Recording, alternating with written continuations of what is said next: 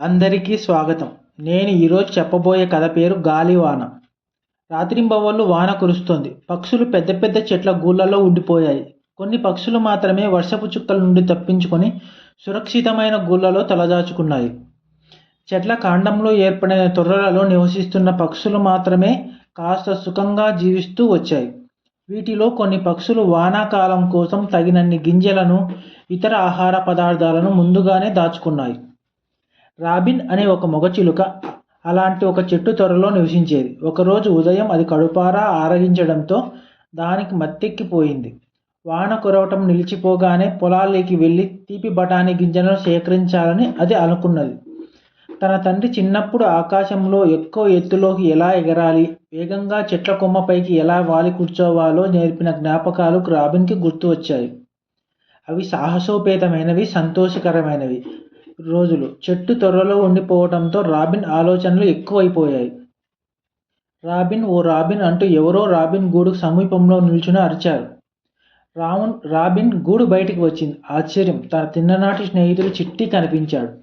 అద్భుతం మిత్రమా, ఇప్పుడే నీ గురించి ఆలోచిస్తున్నాను. లోపలికి వచ్చి మన పడక మీద సేద తీర్చుకో, నీ ఈకలు బాగా తడిసిపోయాయి అని పరామర్శించాడు. చిట్టి తన స్నేహితుడి వెచ్చటి గూడులోకి అడుగుపెట్టాడు. మీ కుటుంబ సభ్యులు ఏరి అని అడిగాడు. నా భార్య దగ్గరలోనే మరో తొర్రలో ఉంటుంది. గుడ్లు పెట్టినందువల్ల వాటిని పొదగాలి, మరి త్వరలోనే పిల్లలు రాబోతాయి కూడా అన్నది రాబిన్. మంచి వార్త, అంటే నీ కుటుంబం పెద్దదవుతోందన్నమాట. అభినందనలు అన్నాడు చిట్టి. రాబిన్, చిట్టి కాసేపు తమ బాల్య సాహసాల గురించి తలుచుకొని ఆనందించారు. మాటల మధ్యలో రాబిన్ చిట్టికి వెచ్చటి ఆహారం అందించింది. తొర్ర బయటి అలికిడికి వినిపించడంతో రాబిన్ లేచి చూసింది. పెద్ద కొండ చిలువ కళ్ళు మిటకరించి తొర్రలోకి చూస్తుంది. గమనించిన రాబిన్కు ప్రాణాలు పైనే పోయాయి. గత 2 రోజులుగా నేనేమీ తినలేదు. నాకు ఇప్పుడు చచ్చేంత ఆకలిగా ఉంది. మీలో ఒకరు మాత్రమే నాకు చాలు. రామచిలుక మాంసం మంచి రుచిగా ఉంటుందని నాకు తెలుసు అంది కొండ చిలువ బుసకొడుతూ. దేవుడా, ఈ క్రూర సర్పం మన పని పట్టడానికే వచ్చింది అంటూ అరిచింది రాబిన్.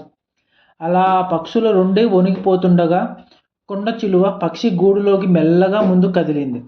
త్వరలో తన పెద్ద తలను దూర్చగానే చెట్టుపై ఉన్నట్లుండి పెద్దగా కాంతి పడింది. పిడుగు పడినట్లుగా పెద్ద శబ్దం వినిపించింది. మాంసం కాలుతున్న వాసన చెట్టు తొర్ర నుంచి సోకింది. భగవాన్, కొండ చిలువ పిడుగు బారిన పడినట్లుంది అని అరిచింది రాబిన్. క్షణకాలంలో ప్రాణం కోల్పోయిన కొండ చిలువ చెట్టు మీద నుంచి దబ్బున కిందికి పడిపోయింది. క్షణమాత్రంలో జరిగిన ఘటనను చూసి పక్షులు 2 నమ్మలేకపోయాయి. అద్భుతం జరిగి వాటి ప్రాణాలు నిలిచాయి. చూశావా, కష్టకాలాల్లో దేవుడు మనకు సహాయం చేసి కాపాడుతాడు, చిట్టి వణుకుతూ అన్నాడు. కాసేపటి తర్వాత మళ్ళీ హోరు గాలి శబ్దం వినిపించింది.